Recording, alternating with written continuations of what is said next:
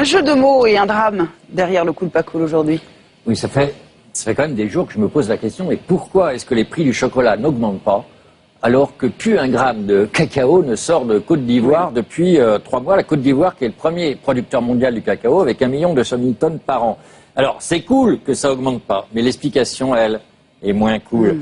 Oui, parce que partout les prix des produits alimentaires augmentent à cause de la hausse des matières premières agricoles. On l'a vu sur le blé, sur le maïs, sur le riz. Et là, en plein cœur de la crise du cacao, zéro augmentation. Pourquoi? Réponse: des manœuvres spéculatives de stockage, des stockages de fèves de cacao, un imbroglio politico-économique, pour citer le site spécialisé, le blogfinance.com, imbroglio au cœur duquel on retrouve, hélas, et oui, la famille d'Alassane Ouattara.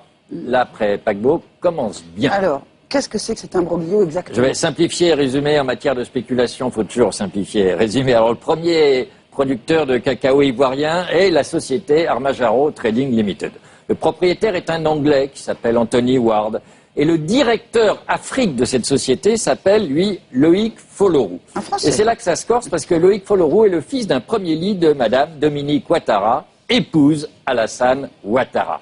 Alors, l'été dernier, à la veille des élections ivoiriennes, la société Armajaro avait acheté et stocké 240 000 tonnes de cacao. Pourquoi? Parce que la famille Ouattara était bien sûr très bien informée que les élections risquaient de mal se passer, que ça pouvait dégénérer, les ports bloqués, l'export de cacao paralysé. Donc ils avaient stocké, ça s'appelle de la spéculation. Bien vu, car à l'automne dernier, au moment des élections, les prix du cacao ont flambé.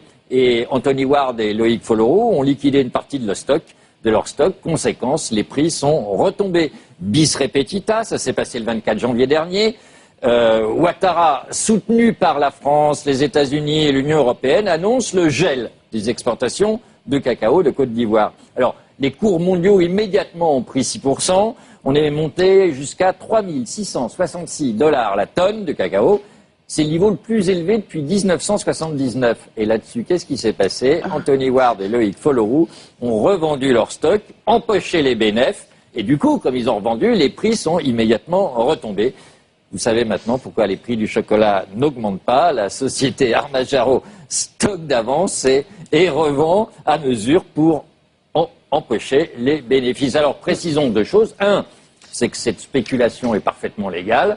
Et que 2, elle est parfaitement connue des milieux d'affaires et boursiers spécialistes de l'Afrique et du cacao. Il pourrait attendre davantage et gagner encore plus d'argent s'il laissait le cours flamber. Oui, mais en matière de spéculation, il ne faut pas trop attendre non plus. Comme l'expliquait le journal Le Monde dès le 24 février, je cite, « La résolution du conflit pourrait faire retomber brusquement les cours.